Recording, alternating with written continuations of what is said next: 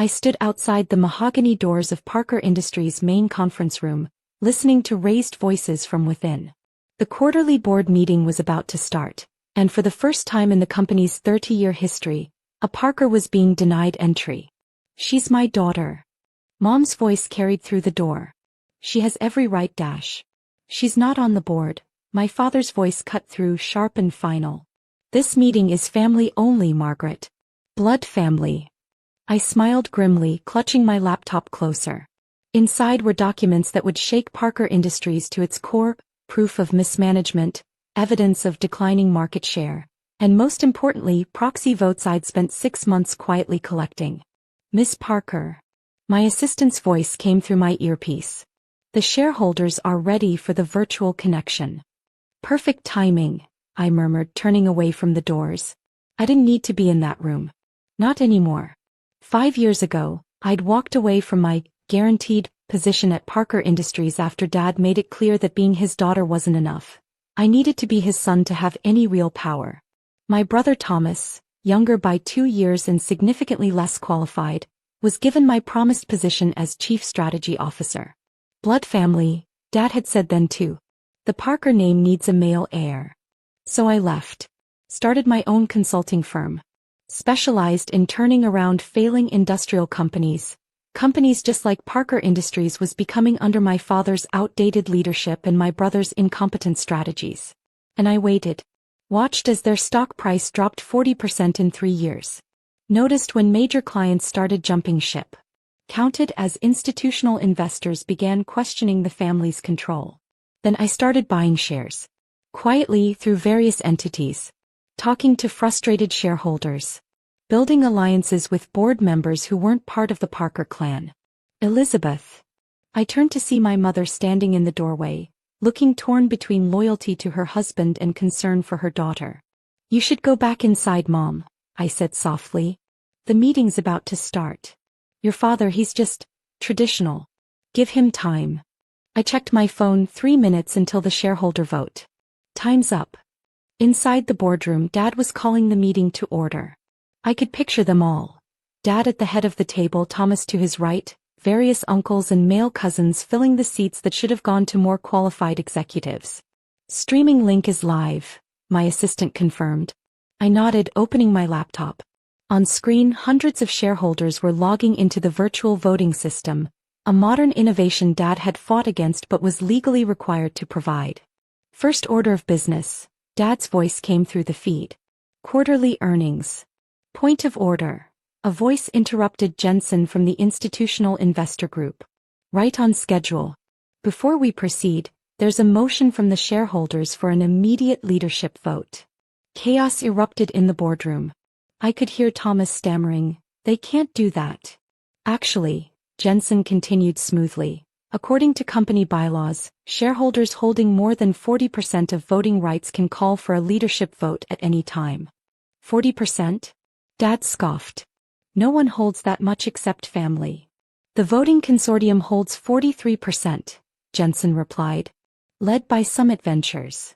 My little consulting firm, which owned exactly 11% of Parker Industries, just under the threshold requiring public disclosure." "Summit." Thomas sounded confused. "Who are they?" "That would be me." I walked into the boardroom, heels clicking on the hardwood floor. The look on Dad's face was worth every minute of the past 5 years. "Elizabeth," he sputtered. "What is this?" "This," I set my laptop down, "is business. Something you taught me, remember? Before you decided chromosomes were more important than competence."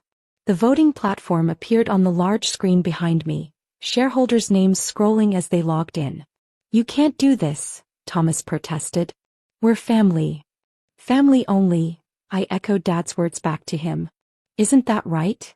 The voting began. The next 5 minutes were the longest of my life. The room was dead silent except for the soft pings of incoming votes, each one making Dad flinch slightly.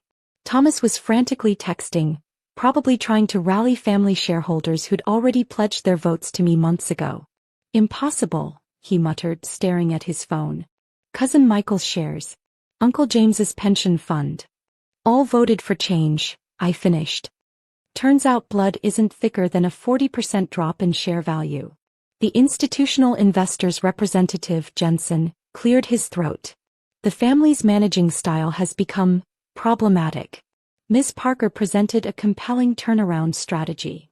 A strategy one proposed 3 years ago, I added, meeting Dad's eyes.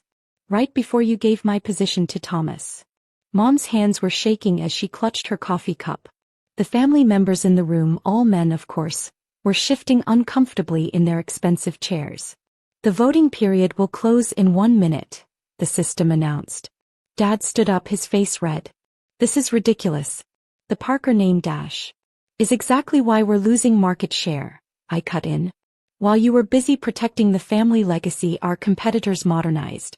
They embraced technology, diversity, new management styles. We stagnated. Our traditions dash, Thomas started. Lost us the Martinez contract last month, I interrupted. They wanted digital integration. You offered them the same systems we've used since 1995. The screen blinked. Voting is now closed. Calculating results. Mom's knuckles were white around her coffee cup. Dad had sunk back into his chair, looking suddenly old. Thomas was still typing frantically on his phone, as if he could somehow change what was about to happen. The results appeared. Leadership vote results.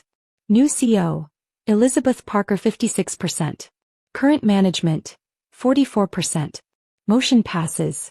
The sound of Mom's coffee cup shattering on the floor echoed through the silent room. 56%? Thomas whispered.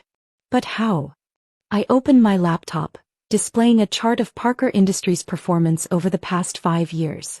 While you were enjoying your corner office, I was meeting with shareholders. Showing them exactly how much money your leadership was costing them. The pension funds, Dad realized. The institutional investors. Want returns, not tradition, Jensen confirmed. Ms. Parker's track record with her consulting firm is impressive. I thought about all the companies I'd turned around, each one a practice run for this moment. Every success had been a message to the shareholders of Parker Industries. I know how to fix this. This is effective immediately, Jensen continued, reading from the shareholder resolution. Elizabeth Parker will assume CEO responsibilities as of this moment. Dad stood up again, straightening his tie, a nervous habit I remembered from childhood. You can't just walk in and dash. Actually, I smiled, I can. And my first act as CEO is to call for a full audit of all executive positions. We'll be evaluating everyone based on merit, not last names. Thomas went pale. We both knew what an objective evaluation of his performance would show. You'd fire your own brother? Mom asked softly. No, I replied. I'd reassign anyone who's underqualified to positions more suited to their abilities. Like I tried to suggest 3 years ago.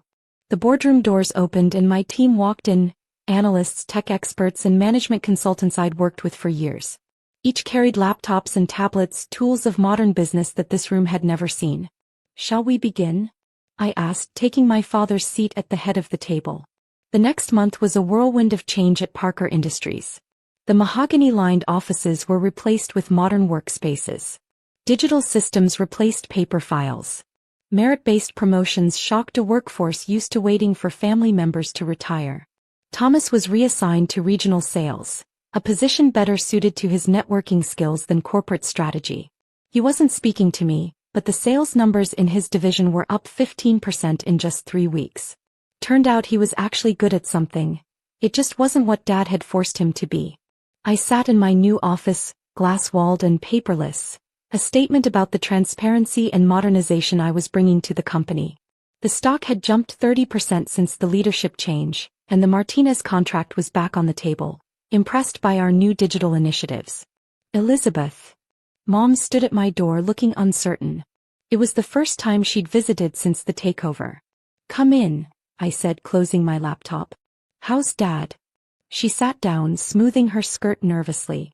He's adjusting. The board reports from last week helped. Seeing the numbers improve. Pride was always his weakness, I noted. And his strength. He wanted to protect the family legacy, she said softly. By destroying it? I pulled up our performance charts. Mom, look at this. If we'd continued on his path, Parker Industries wouldn't have survived another 5 years. She studied the projections and I saw the moment understanding hit her. All those charity board meetings she'd attended, all those financial reports she'd reviewed, she wasn't just my father's wife. She was smart in her own right. The Martinez contract, she said suddenly. It wasn't really about digital integration, was it? I smiled. Mom had always been perceptive. No. They wanted to see if Parker Industries could change. If we were stuck in the past or ready for the future.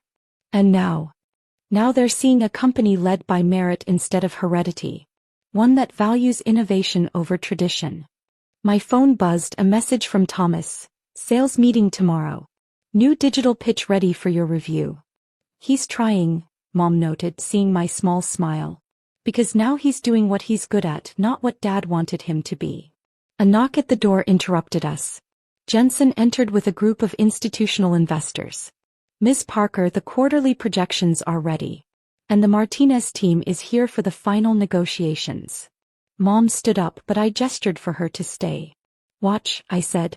For the next hour, she observed as I led a meeting that would have been impossible in my father's Parker Industries.